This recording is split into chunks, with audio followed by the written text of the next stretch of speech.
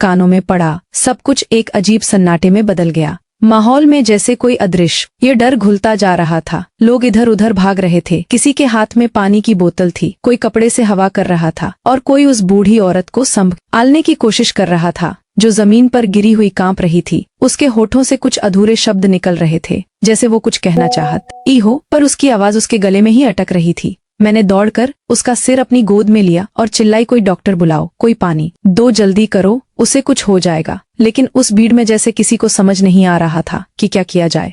फिर किसी ने फोन की या कोई एम्बुलेंस आई और हम उसे लेकर सिटी हॉस्पिटल की ओर भागे। रास्ते भर उसकी आंखें मुझे देख रही थीं, जैसे वो कुछ कहना चाहती हो, जैसे कोई राज हो, कोई पुराना दर्द जो अब निकलने को बेचैन हो। उसकी उंगलियां मेरे हाथों में ऐसे जकड़ी थीं जैसे अगर मैं उसे छोड़ दूं तो वो कहीं खो जाएगी हमेशा के लिए। उस पल मेरी रूह कांप गई। मैंने अपना फोन निकाला पर बैटरी खत्म हो चुकी थी।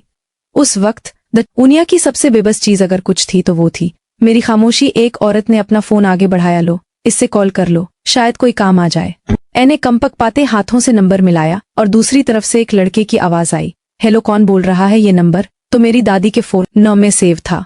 और फिर जैसे मेरी सांस अटक गई जब मैंने धीरे से कहा, आपकी दादी का एक्सीडेंट हो गया है, वो सिटी हॉस्पिटल में है, जल्दी आइए। और वहां एक सन्नाटा छा गया।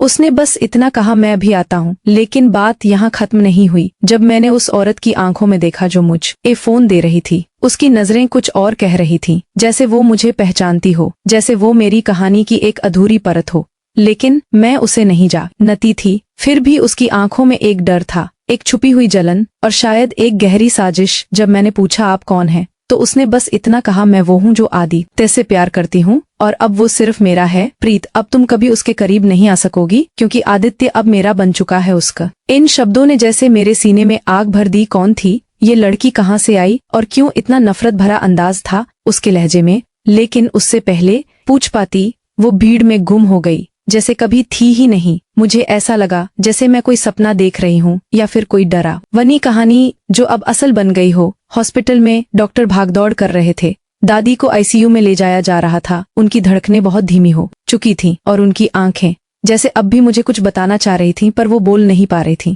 तभी एक डॉक्टर ने पास आकर कहा, आपको कुछ जानना है? ये एक्सीडेंट महज एक एक्सीडेंट नहीं था।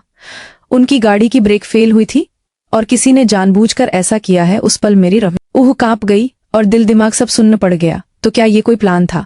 क्या किसी ने दादी को जान से मारने की कोशिश की थी? और अगर हाँ, तो कौन और क्यों? मैंने आदित्य को कॉल किया पर उसका फोन बंद था।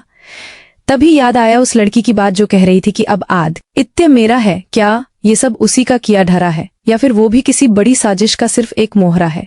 तभी एक नर्स ने आकर कहा, मैम, वो जो औरत आपको फोन दे रही थी वो अब यहाँ नहीं है। हम सीसीटीवी से देख रहे थे कि उसने अस्पताल से बाहर जाते वक्त किसी को कॉल किया और कहा, काम हो गया है, अब अगला कदम तुम्हारा है। ये सुनते ही मेरी सांस रुक गई।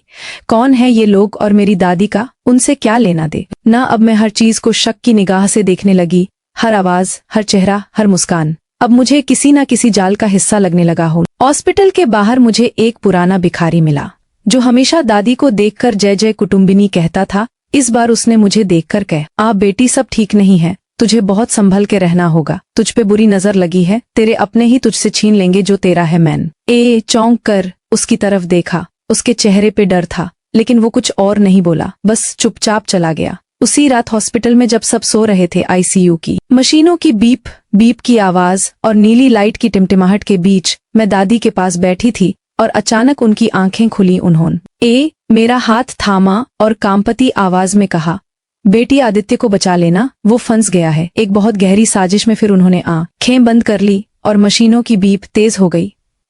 डॉक्टर भागे आए और मैं बस वही बैठी कांपती रही, जैसे मेरे जिस्म से जान निकल गई हो। बात सिर्फ दादी की नहीं थी, अब बात आदित्य की भी थी, जो इस पूरे खेल का हिस्सा बन चुका था या फिर उसे बना दिया गया था। मुझे समझ नहीं आ रहा था कि किस पर भरोसा करूं और किससे दूर रहूं। मेरे आसपास की हर चीज अब रहस्य बन गई थी। मैं एक ऐसे रास्ते पर चल रही थी जहां हर मोड़ पर धोखा था, हर चेहरे के पीछे एक दूसरा चेहरा था और हर मुस्कान के पीछे एक छुपा हुआ जहर। दूसरे दिन जब मैं घर लौटी तो दरवाजे पर एक चिट्ठी मिली। उस पर लिखा था, अगर सच जानना चाहती हो तो कल रात 12 बजे पुराने हनुमान मंदिर आना, अकेली, और किसी को बताना न। इन वरना अगली बार कोई नहीं बचेगा। उस नोट ने मेरी रूह तक हिला दी। अब मामला सिर्फ हादसे का नहीं था, ये कोई बहुत बड़ी प्लानिंग थी। इसके पीछे बहुत पुराने राज छिपे थे। मैंने तय कर लिया, मैं जाऊंगी, लेकिन अकेली नहीं। मैंने एक पुराने दोस्त अर्जुन को फोन किया, जो अब प्राइवेट डिटेक्टिव बन चुका था। वो वही था जिसने एक बार मेरी जान बचाई थी और अब फिर से मुझे उसकी जरूरत थी। मैंने उसे सब कुछ बताया और हम तय समय पर मंदिर के पास पहुंचे, लेकिन मंदिर के अंदर घुप अंधेरा था, जैसे सदियों से कोई वहां आया ही ना हो। तभी अंदर से किसी के बोलने की आवाज आई और फिर एक चेहरा सामने आया जो नकाब में था। वो बोला, अगर तूने किसी को और साथ लाया था, वो तेरी दादी फिर कभी नहीं उठेगी, और आदित्य को भी भूल जा। फिर उसने एक पुरानी तस्वीर मेरी तरफ फेंकी, जिसमें मेरी दादी एक अजनबी आदमी के साथ खड़ी थी और उनके पीछे लिखा था, सच को जितना दबाओगी वो उतना ही तेज उभरेगा। अर्जुन ने वो तस्वीर उठाई और कहा, हमें उस आदमी की पहुंच आन करनी होगी। और फिर हम एक एक कड़ी जोड़ते गए और धीरे धीरे सामने आया एक ऐसा सच जो न सिर्फ चौंकाने वाला था बल्कि जानलेवा भी। आदि एक जमाने में एक बहुत बड़े राज के रक्षक रही थीं, और अब वो राज किसी को नहीं देना चाहती थीं, क्योंकि अगर वो बाहर आ गया तो कई बड़े नाम मिट्टी में मिल जाएंगे। अब सब कुछ साफ हो रहा था। आदित्य को फंसाया गया था उस राज तक पहुंचने के लिए, और मैं थी उस दरवाजे की छाप भी जिससे वो राज खुलता। अब मैं लड़ूंगी, मैं रुकूंगी नहीं, क्योंकि अब ये सिर्फ मेरी कहानी नहीं थी, ये मेरे खून की इज्जत का सवाल था, मेरे परिवार की सच्चाई का समय था। अब पर्दा हटाने का और दिखाने का कि सच्चाई कितनी भी गहरी क्यों ना हो, एक दिन सामने आती है।